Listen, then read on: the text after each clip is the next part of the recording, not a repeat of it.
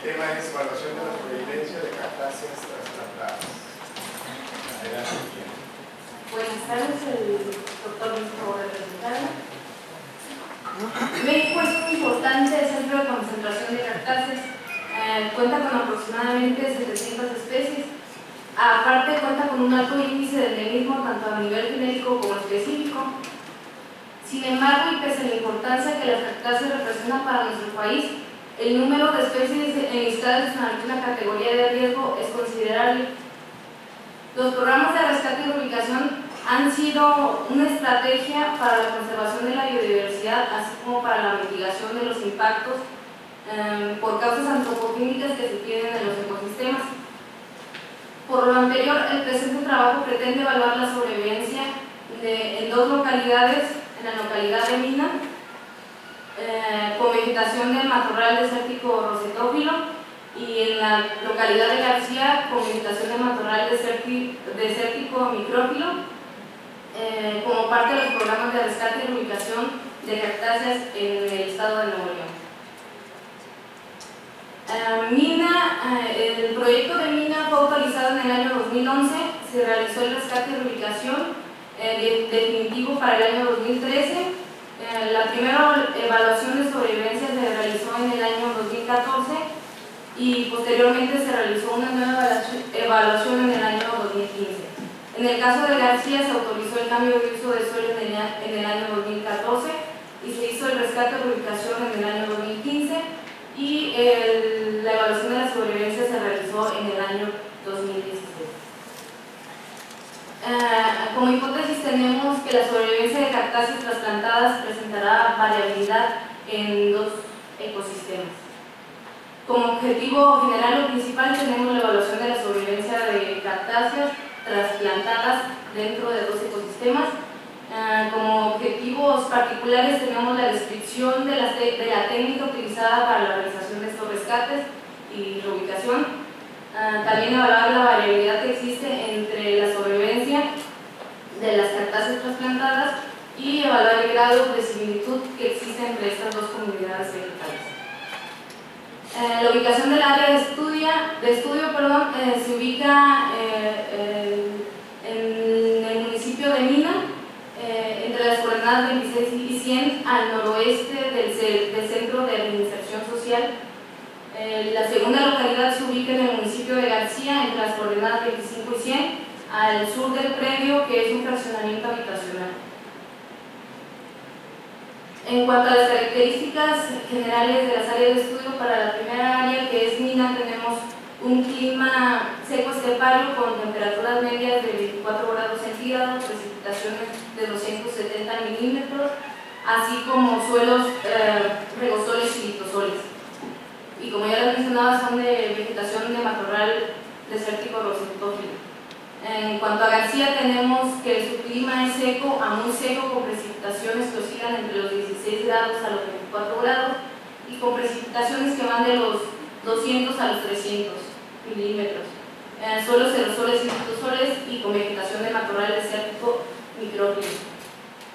En cuanto al material y equipo que se utilizó para el rescate, fueron principalmente para la extracción, como picos y palas, así como materiales de ubicación como GPS y equipos de protección, entre otros. En cuanto al procedimiento de rescate y reubicación, primeramente se hizo lo que fue la identificación de las especies susceptibles al rescate y reubicación, esto dependiendo de sus características, ya sea de lento crecimiento o que se encuentren en alguna categoría de riesgo. Después se realizó la extracción y el traslado, que dependió de la morfología de la especie, para así mismo hacer su traslado dependiendo si tenían espinas o no, o si su epidermis era sensible o gruesa. Se realizaron tareas previas al trasplante, las cuales consisten principalmente en la remoción de partes dañadas y la aplicación o sanación de estas partes. Para la preparación del área de trasplante se dejó la vegetación existente con la finalidad de asemejar lo más posible los ecosistemas naturales de estas especies. En cuanto a la densidad de plantación, esta dependió de las limitaciones y necesidades de cada una de las especies, ya que algunas necesitan de crecimiento en grupos, solitarias o de nodricismo con otras especies. El método de plantación pues fue principalmente cuidando el sistema radicular que no estuviera doblado ni por encima del nivel del suelo, presionando el suelo a su alrededor y colocando una o varias piedras dependiendo del tamaño de la especie. Para la elaboración de la sobrevivencia se utilizó la fórmula que se utiliza en las plantaciones, la cual se denomina sobrevivencia real. También se realizaron análisis comparativos, así como análisis de grado de similitud por medio del índice de Morishita-Hall. En cuanto a los resultados, tenemos que para el caso de la localidad de Mina se tuvieron 13 especies susceptibles al rescate, de las cuales son 12 de la familia Cactaceae y una de la familia Vixaceae, la cual se determinó rescatar ya que se encuentra en peligro. Se rescataron un total de 34.978 individuos, que para el primer año de evaluación, que fue el 2004, se obtuvo un porcentaje de sobrevivencia del 85.43%, y para el año 2015, que es el segundo año de evaluación de sobrevivencia, se obtuvo un 84.64%. Estas son las especies en porcentaje de sobrevivencia. Se puede observar que el Leucophora williamsi fue el que obtuvo el mayor porcentaje de sobrevivencia para el año 2015, y para el año 2016, aunque también presentó la mayor sobrevivencia, el Phelocactus bicolor también obtuvo la misma sobrevivencia, mientras que para ambos años Coryphantha salinensis fue la que obtuvo la menor sobrevivencia.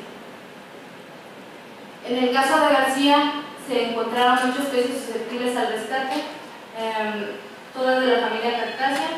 Se rescataron 2.408 individuos y se obtuvo en el primer año de evaluación de sobrevivencia un 82.10%. En cuanto a la especie que presentó mayor sobrevivencia fue Mammillaria heidei, y la que obtuvo menor fue Echinocereus polsegueri. En cuanto al comparativo de ambas sobrevivencias de ambas localidades, se obtuvo un índice de similitud del 39%, lo cual representa 4 especies que son Coryphantha neglecta, Coryphantha salinensis, Sclerocactus skeri y Phelocactus bicolor. El único que presentó una diferencia entre ambas comunidades de sobrevivencia fue Coryphantha salinensis, la cual representó una diferencia del 36% entre una comunidad y otra.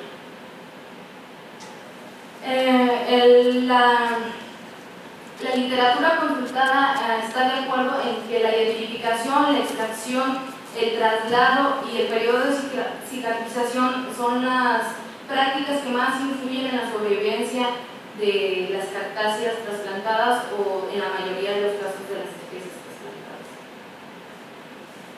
En promedio, la sobrevivencia que se obtuvo en estos programas de rescate y rehabilitación fue del 83%, en los cuales difieren con lo obtenido por Flores en el 2012, el cual obtuvo un 91% con una técnica de rehabilitación similar a la presente, o difiere mucho con lo obtenido por Gutiérrez y Nevarese en el 2003 con un 98%, y aún más con el obtenido con Valencia, que obtuvo un 100%, pero sin embargo estos realizaron prácticas de riego, fertilización y podas. La variabilidad entre los programas fue del 3.33%, el cual pues no es significativo, aunque sí existe variabilidad. Y como conclusión tenemos que los programas de rescate garantizaron una sobrevivencia más que aceptable por encima del 80%, lo cual se ha mantenido estable, como se puede observar en el caso de la localidad de Mina.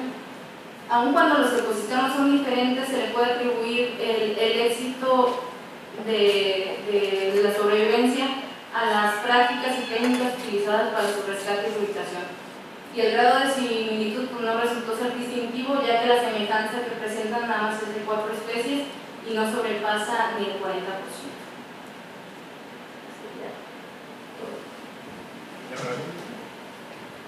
Tenemos oportunidad de un par de preguntas o comentarios para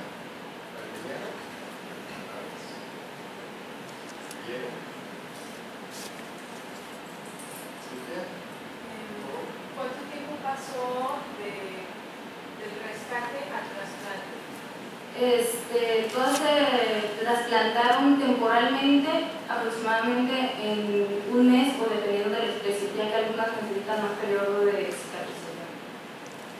¿Cuáles fueron los cuidados que tuvieron para las raíces de las plantas extraídas? Bueno, se trató de extraer con la mayor cantidad de cepillón para conservar la humedad hasta el área del trasplante y se hizo riego hasta el momento en que se trasplantaron. Y que una especie protegida era la que tuvo menor sobrevivencia, creo que un 60%, 61%.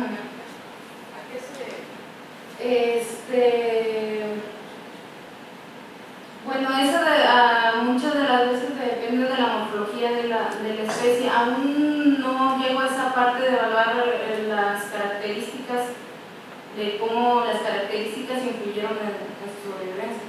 Ahorita nada más evaluar lo que fue la práctica que utilizaron. Entonces, no sé si su morfología influyó en su grado de sobrevivencia. Muy bien, ¿alguna otra pregunta? Mira, el mismo resultado para los Pópora guineanos, sí, los peyotes son maltratados, los he visto totalmente maltratados por la renacer. Usted de Querétaro, y Querétaro está lleno de íbamos en biología, todo el mundo sacaba y era facilísimo, desde luego, propagar, hacer micropropagación, lo que fuera. Claro, es parte del resultado, ¿no? Pero está marcado, te pegaste a todas las técnicas de aplicación, de lado, pero desde luego tienes especies más y más fácil de adaptación. Sí, pues depende, pues, aparte de la práctica que se utiliza, depende de varios factores de la resistencia de la especie. Muy bien, si no hubiera otra pregunta o comentario, regresamos.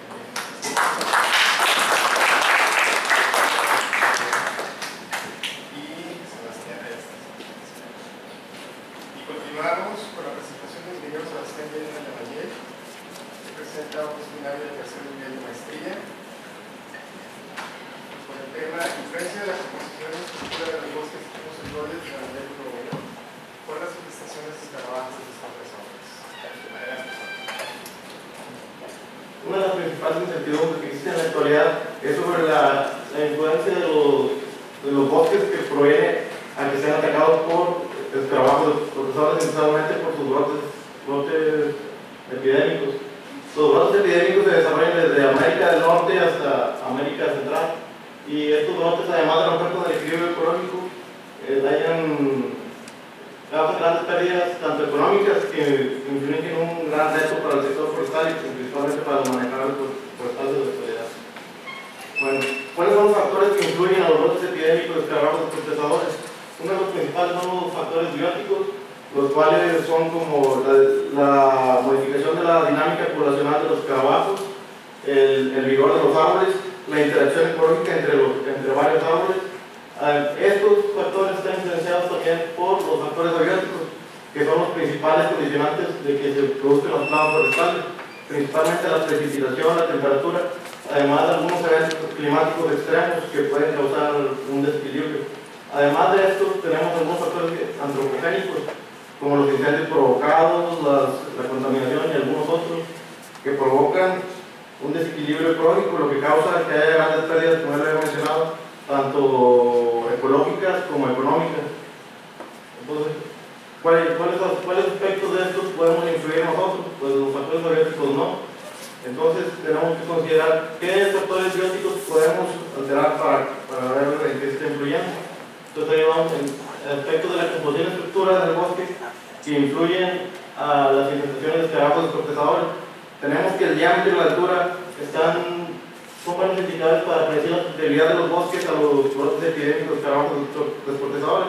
¿Esto por qué? Debido a que el diámetro está directamente relacionado al vigor de los individuos, al igual que la altura. El área basal también tiene una relación directa con la susceptibilidad de estos a los brotes de estos planos. Esto, al que el área basal es un indicador de densidad y de competencia entre individuos. También tenemos que la densidad en los bosques de coníferas está asociada a la vulnerabilidad de estos a los brotes epidémicos. Como ya lo había mencionado, aparte del área basal, individuo nos indica qué tanta competencia se encuentran entre uno y otro individuo. Entonces, en base a todas estas características, desarrollamos la siguiente hipótesis. Es que existe una relación directa entre las infestaciones del trastorno mexicano con la susceptibilidad de estos, con la del trastorno mexicano, los bosques de pinos sembrados, con la densidad, la estructura, la composición y las medidas geométricas de la distribución espacial de los árboles. Nuestro objetivo general es evaluar la densidad, estructura y composición de los bosques de pinos embroides a la influencia de los brotes epidémicos de desprotesadores. Nuestro objetivo específico es evaluar la densidad y composición de los bosques en áreas infestadas y no infestadas, comparar las diferentes medidas geométricas entre las áreas infestadas y no infestadas y evaluar la estructura del bosque en áreas infestadas y no infestadas. Bueno, ¿cuál fue nuestra metodología? Para seleccionar los sitios de muestreo se realizó una certificación del bosque del área de estudio, diferenciando áreas infestadas, no infestadas y la exposición norte o sur. Se realizó un análisis de probabilidad con el método de CAD para la generación de la clasificación de las variables que presentaron mejor capacidad de predecir la probabilidad de infestación de los procesadores. Los sitios fueron de 500 metros cuadrados y se tomaron las siguientes variables: las coordenadas geográficas, la pendiente, la exposición, la pedregosidad, la distribución espacial, la densidad del bosque. Además de las variables gasométricas que pueden ser la especie, el diámetro, la clasificación de escala de Krauss, el diámetro de copa, el grado de infestación, altura y el fuste limpio. El área de estudio se encuentra en el ejido de los Valles de Toquitos, que se encuentra en el municipio de Randery, Nuevo León, México. Se ubica en la Sierra Madre Oriental. Su topografía es un terreno muy irregular con un gradiente altimetral de los 2.200 a los 2.400 metros. Y el área que presenta clima templado tipo subhúmedo. La vegetación presente se encuentra en el bosque de pino cembroides puro, ya que todos presentan arriba del 80% de pinos cembroides. Y es importante mencionar que este tipo de bosque se encuentra en una zona de transición con el matorral. Bueno, ¿cuáles son nuestras características del agente causal y el hospedante? Tenemos a los trastornos mexicanos como el agente causal, que su rango altitudinal va de los 2.000 a los 2.500 metros. Y este es el donde se desarrolla de mayor riesgo. ¿Por qué? Porque su ciclo de vida es de 4 generaciones al año. A veces hasta se acelera dependiendo de las condiciones climáticas. Y los hospedantes, el pino cembroides, es un árbol perennifolio de 5 a 10 metros, que ya tenía ejemplares hasta de 15 metros y con un diámetro normal de 30 centímetros, con algunos ejemplares que pueden llegar hasta los 70. Bueno, los resultados: se realizaron 16 sitios de muestreo, áreas infestadas y no infestadas. La mitad se ubicó en exposición norte y la mitad en exposición sur. La distancia mínima entre sitios fue 200 metros. La diferenciación de la exposición y de las áreas fue para eliminar las variables. Y el área que se encuentra en latitud de 24 grados 12 minutos y longitud de 99 grados 54 minutos. Bueno, ¿cuáles fueron nuestros resultados de las variables gasométricas? Tenemos el número máximo de árboles, el total de todos los sitios, los medias de las áreas no infestadas e infestadas, el número máximo solo de los pinos embroides, de árboles por hectárea, de pinos embroides por hectárea, el diámetro normal promedio de todos los árboles de los sitios y de las áreas no infestadas e infestadas, el diámetro normal solo de los pinos embroides, igual que la altura de los pinos embroides, el área basal de los pinos embroides, el diámetro medio cuadrático, el diámetro medio cuadrático solo de los pinos embroides, el índice de densidad relativa y el índice de densidad relativa de los pinos embroides, el diámetro de copa y el diámetro de copa solo de los pinos embroides, el porcentaje de epífitas y el porcentaje de pureza. De todas estas variables se hizo un análisis para ver cuál tenía mayor grado de importancia para predecir la probabilidad de infestación de los escarabajos procesadores, obteniendo que la principal, la que tenía mejores cualidades, era el porcentaje de pureza, siendo el mejor descifrador de la probabilidad, seguido del diámetro medio cuadrático de los pinos embroides y el diámetro normal promedio de todos los árboles en general muestreados. Cabe mencionar que los sitios de muestreo eran pinos embroides principalmente relacionados con encinos y algunas otras especies, pero no en tanta frecuencia como los encinos. Bueno, estos son los resultados que obtuvimos. Primero, para el porcentaje de pureza, obtuvimos que aquí podemos ver los árboles que casi tenían un 100% de pinos embroides y las otras estaban asociadas con otras especies. Haciendo el análisis de probabilidad, se obtuvo que cuando el porcentaje de pureza es menor a 98, tenemos un 87.5% de probabilidad de que sea infestado cuando las condiciones que presentamos al principio de precipitación, de clima, se presenten tienen mucha más probabilidad que cuando el porcentaje de pureza es mayor. Después la segunda variable, que es el diámetro cuadrático de los pinos hemorroides, también presentó que cuando el diámetro cuadrático es menor a 22.2 centímetros, tiene un 75% de probabilidad de ser infestado, a diferencia de cuando es igual o mayor a 22.2. Y por último, la última variable que evaluamos, que es el diámetro normal, tenemos que cuando el diámetro normal es menor a 20, tiene hasta un 75% de probabilidad de infestación, y cuando es igual o mayor a 20, tiene un 25% de probabilidad de infestación.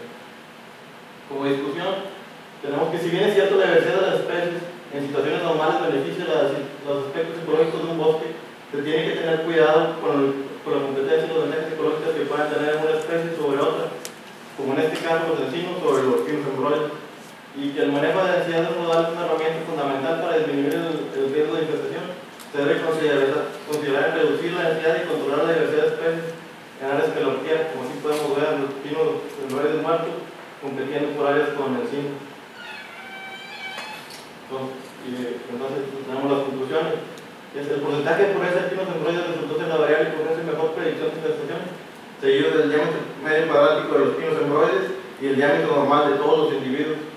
Los rodales con porcentaje de pureza menor a 98% tienen una mayor probabilidad de infestación que los que no lo tienen, y los rodales que presentan un diámetro medio cuadrático en los pinos hemorroides menores a 22.2 son más sutiles al ataque de los autónomos mexicanos.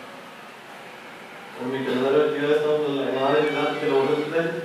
Lo que sigue es analizar la distribución espacial de cada individuo para ver qué relación también tiene con las infestaciones. Eso sería todo. Muy bien. Si hubiera preguntas y comentarios para la presentación de Sebastián.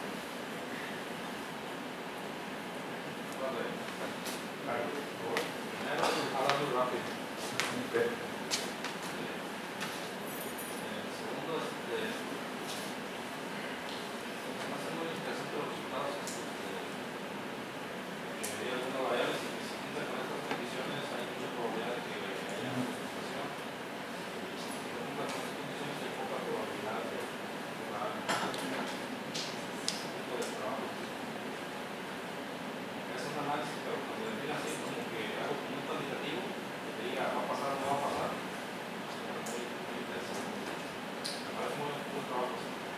Y la idea del proyecto que sea una herramienta que sea fácil de utilizar para los manejadores forestales. Bien, ¿alguna pregunta? Si no, tengo una pregunta. ¿Cómo se evalúa la probabilidad? Con la probabilística. ¿Cómo evalúa la probabilidad de que para este sí, para este no? Okay. Mediante el modelo de CAP que maneja algoritmos de probabilidad y mide cuál es me da este número dependiendo de esto y me dice cuántas veces se infestó en uno.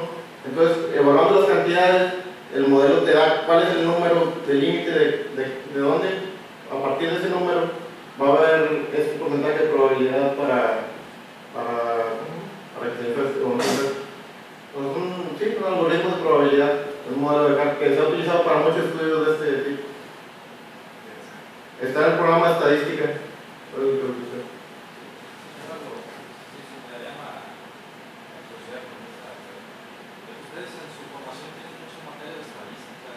Sí.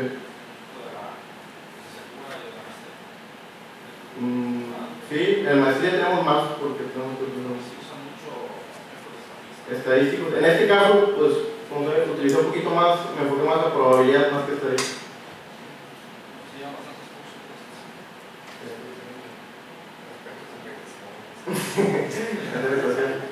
Sí, bueno, aquí primero me enfoqué a que hubiera diferencias significativas y ya después a ver el análisis de probabilidad. La matemática que más usa, ¿no? La estadística. Sí. Pero no son usuarios de software, ¿no? Estadística o pues para este trabajo estoy trabajando en estadística y también en SPS. O sea, alguien se va a poder mejor. Él sabe el software por manos. ¿Cómo? Ok. Sí. Vi que también se puede hacer en R, pero no lo... Sí.